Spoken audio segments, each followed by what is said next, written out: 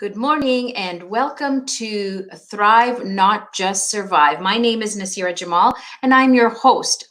Today I was supposed to have a guest on, Tanya D. However, something came up for her this morning and unfortunately she couldn't join me. So I wanted to share some insights with you. As you all know, I am the author of my book called Life Reset, and it is a book that I wrote and actually got published last year. It is me sharing my story with you and giving you the strategies that I use to create personal and professional abundance. So this is my book, but what I wanted to share with you today was the introduction in my book, because it talks about inner peace. We've been talking a lot about, how do we find this kind of rest within ourselves while we're going through this time of challenges. And so what I thought of doing today was sharing with you how I, introduced the idea of inner peace in my book. And so I'm going to read you the first chapter, or actually it's the first introduction.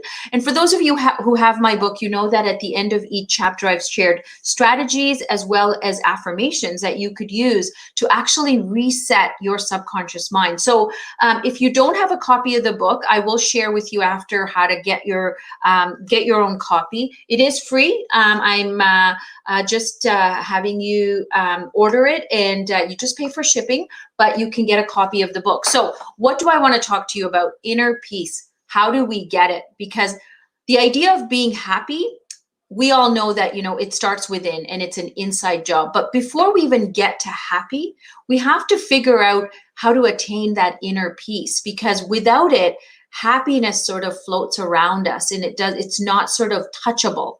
So let me share with you the introduction of my book, and I will read you it's a few pages, it's not that long, but I hope it gives you some insight on attaining inner peace and how do you do that. So let me share this with you. I hope you enjoy it. Here's the beginning of my book. The introduction is called The Art of Living with Inner Peace.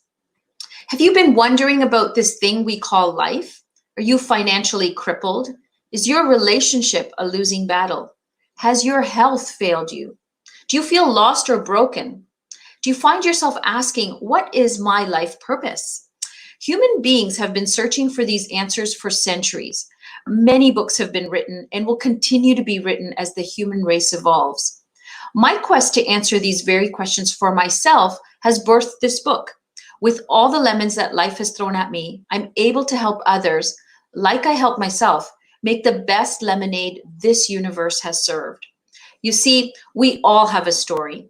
And my hope is that you not only find a part of you in what I'm about to share, but you find the practical tools to help you heal, not just on the surface, but from the inside out. Here's a story that I was compelled to share with you. It's about a young lady who was climbing up the corporate ladder. Julie was determined and vivacious. She was duly focused and had big dreams to be at the top of this so-called corporate ladder. She took on every task and worked long and hard each day to be ahead of everyone. She wasn't really liked by her coworkers, as she always wanted to be better than them. She was exhausted each night, but she was taught that you had to push really hard to get to the top. One day, her boss asked her to come to his office the following day at 10 a.m. because he wanted to discuss something very important with her. Julie was taken by surprise, as she couldn't imagine why he wanted to meet with her. Her mind took over and she spent the rest of the night worrying. She couldn't sleep or eat and was quite irritable.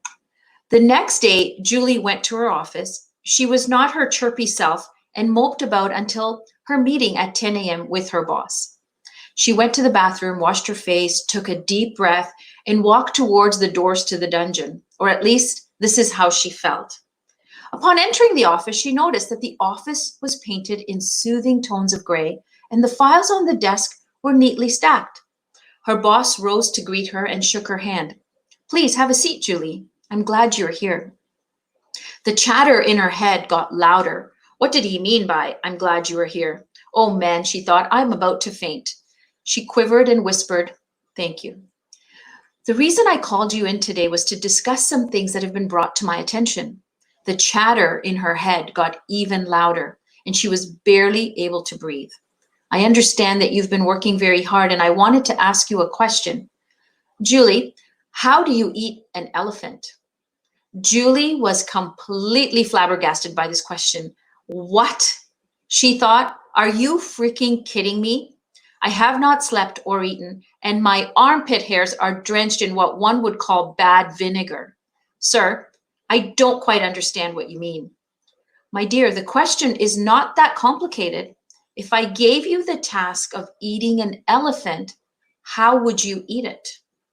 Julie felt completely drained, and without further thought, she snipped, I don't know, sir. You see, Julie, her boss replied, the problem with most folks is that they can't see the past. They can't see past the elephant, he continued. No matter what it is, you can only eat the elephant one bite at a time. I hope that you will take what you've learned here back to your desk. Apply it to each situation you face with the same level of simplicity.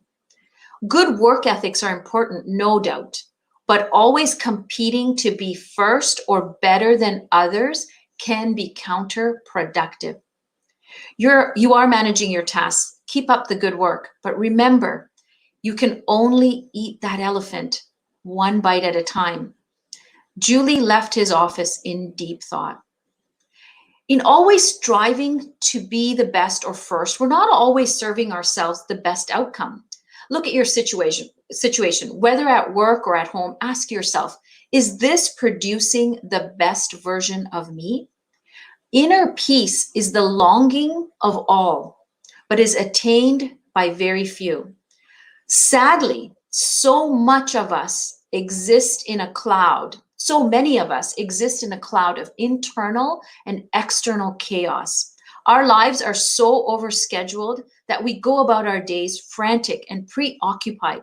It's hard to relax or fully enjoy life with all of the distractions and upsets. In fact, you've probably known people who create a life of problems and crisis. They seem to feed off the drama in a strange, unhealthy way, but on the inside, they feel anxious, unsettled, and rarely content. They make mountains out of molehills, and they deem small setbacks to be earth-shattering. Others are born with a disposition that is more laid back, and they're not as easily agitated.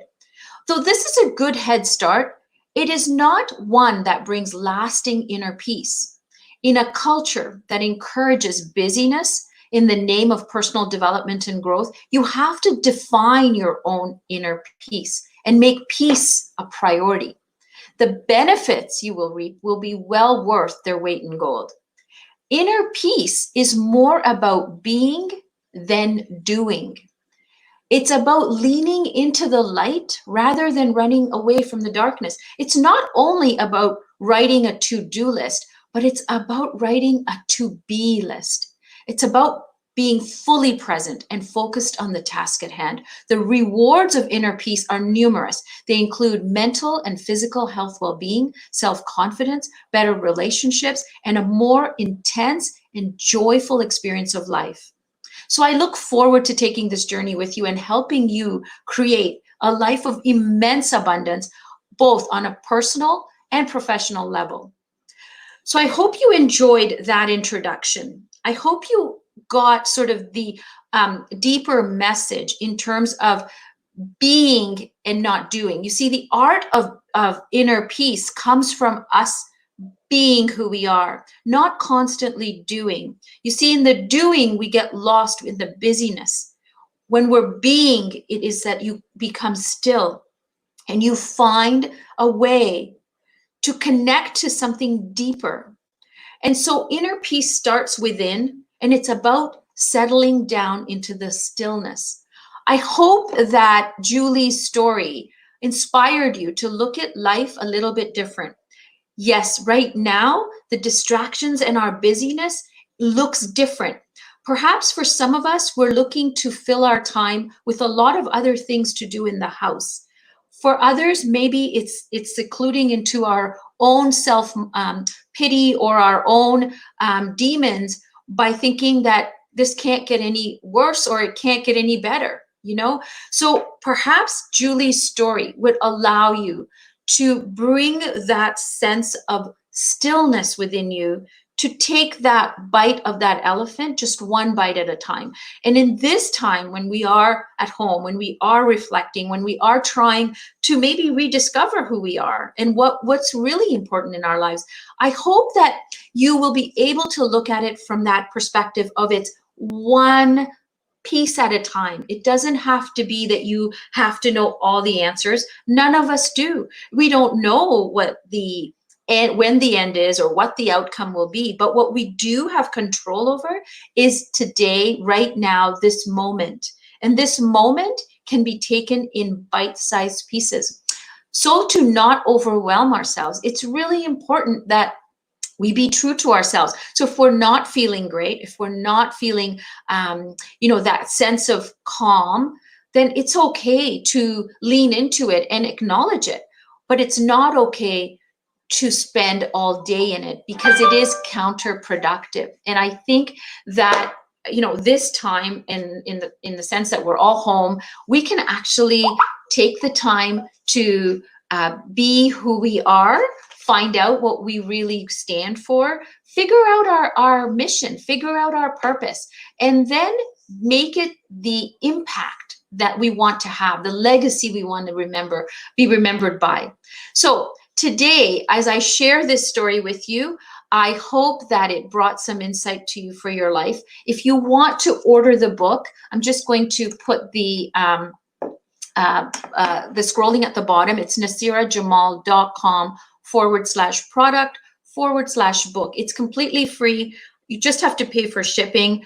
The insights in here, the affirmations, the strategies are all very easy to follow and actually implement into your life right away. It's a very quick read. It'll take you a couple of hours, but I promise you that these are the same strategies I use to get out of my life of doom and gloom, and they are still strategies I implement in my day now, in my life now, and more so than ever before, because truly I believe that life reset is happening to all of us right this very moment. The universe is having a reset.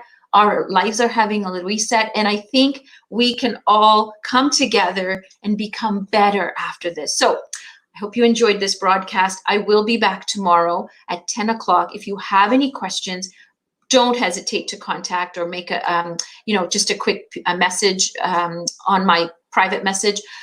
I wish you a blessed Wednesday. May you all have a wonderful day. I will see you tomorrow.